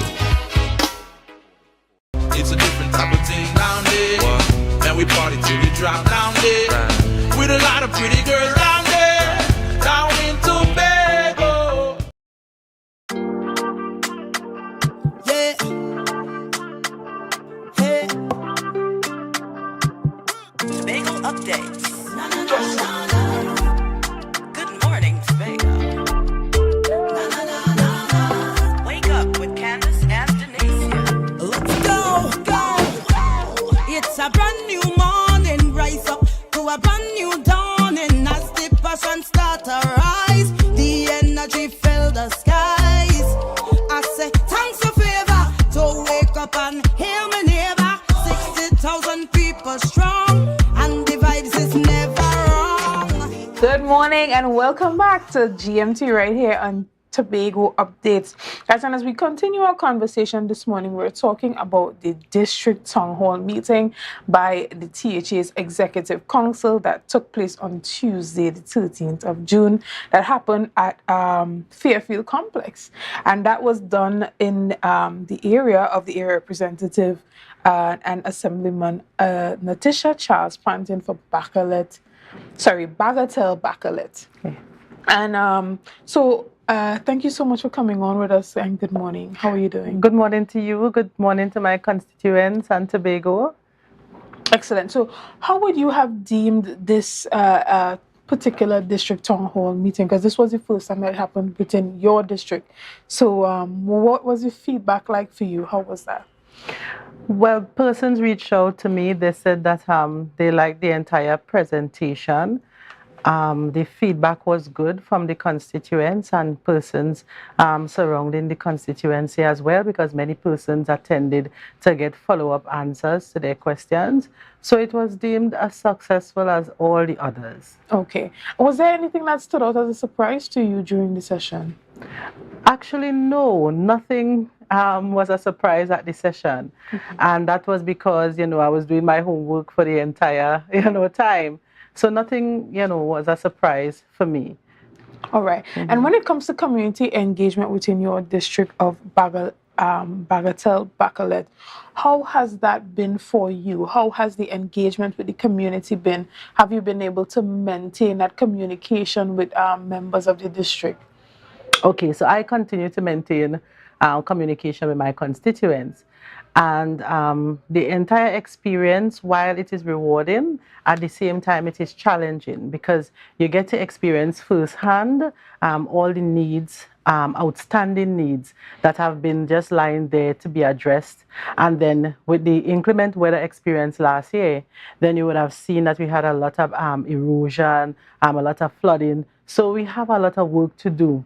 And then remember, you have to strike a balance between, providing for your district as well as the other districts. So it is challenging. Allocation of resources, you have to be very, skillful in terms of, how to manage and please all the constituents across the entire Tobago space, and not just Bagatelle Bacolet. Correct. Right? And you have to prioritize. You have to deal with emergencies. Of course, you would want to prioritize emergencies, and then you get down to, how to prevent additional emergencies from occurring. But what my constituents, those who choose to serve from their head and their hearts, they have worked together with me so that I can, push what I believe should happen across all districts, that we must not rely 100% on the Tobago House of Assembly alone, right? But how we can manage our district in the very same way that Castara, they operate on a system that I love. And it's something that I introduced in my area, and I'll continue to do, outside work outside of the Tobago House of Assembly, raise funds and love doing it at the same time, exploring people's talents. And this is my plea to my constituents. However you want to assist in building your community, because it is our community, it should not only be seen as the government providing everything. If we truly love our space, we should be able to build our space as well. Excellent. And when you came into office, you had a number of plans, initiatives, things that you would have committed to your district that would get done within your time in office. And we could say you're almost halfway through your representation period for this particular time in office. My question to you is, do you think that you would have accomplished most of the things that you set out to accomplish? And do you think you would be able to accomplish most of those things within this time period for the next, until the end of your 4-year term? Well, at the end of the 4 years, 4 years seems like a lot of time, but it isn't. And to be honest, you will never be able to achieve everything in just one term.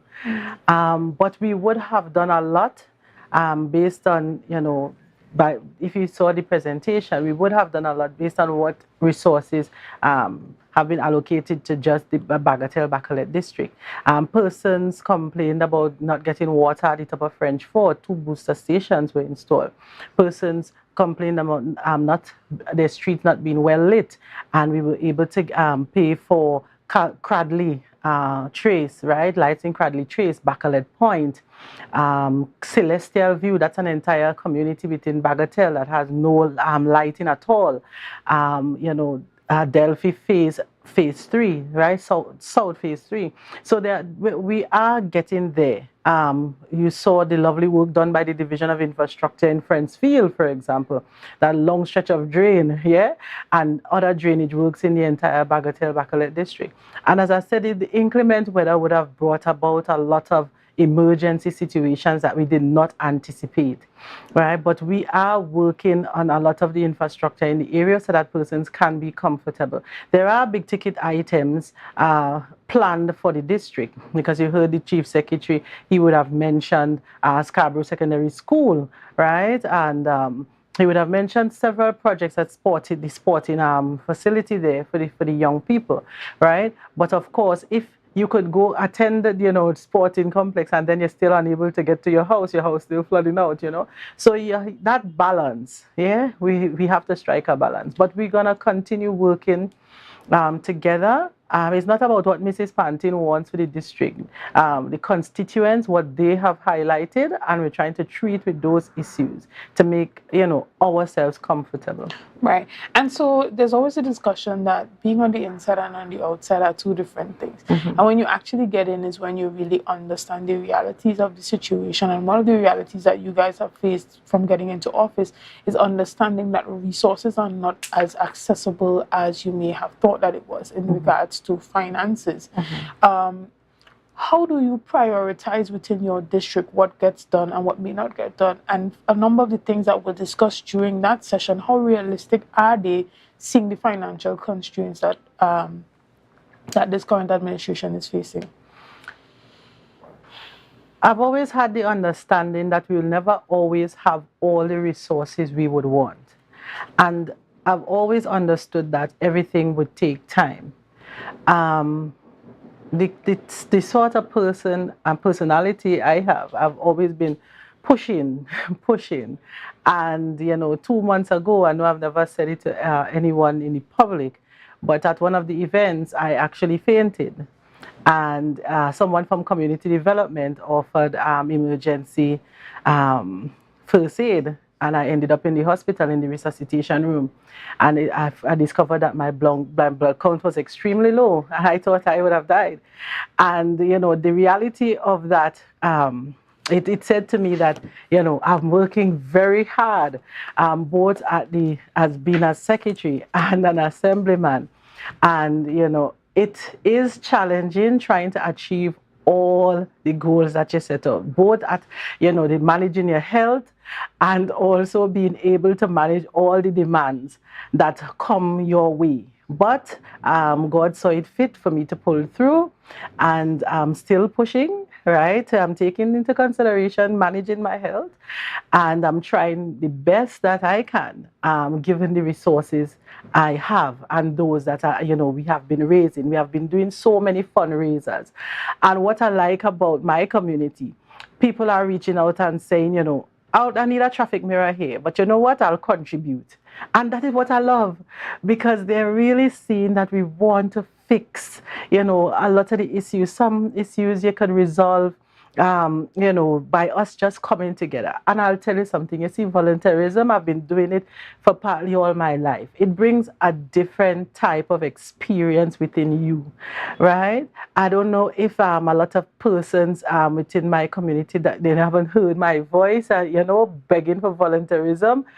I know I'm always there asking you, what are your thoughts about what you need in your street? But if volunteerism isn't apparent, it has not been apparent, I'm still calling on you to come out and be part of an initiative where we can all say together in Bagatelle, Bacalet, like they do in Castara and other villages. Come out and let's be proud of, building a community together. Excellent. And though we're out of time and we have to wrap up, what type of relationship do you have with the village council within your district? And is there anything that you want to say to your constituents before we wrap up this morning? All right. In my district, because of how the seats were split, I do not have a village council, right? What I do have are action groups, and I'm mentoring several NGOs so that we can get things, more things done through NGOs. There are a lot of funding available from different types of organizations. Jeff, all these private organizations, they have been publishing what they can contribute. So I'm mentoring a lot of people across the district, right? And if the chief secretary gave, my constituents a challenge, let's come together and form a village council, and community division of community development will support them, right? So I'm actually starting from scratch in terms of building organizations in my district. Excellent, excellent. Well, I want to also congratulate you on all the work that you have been doing within the district. Guys, we want to thank you so much for joining us this morning, and that was all that we have for today.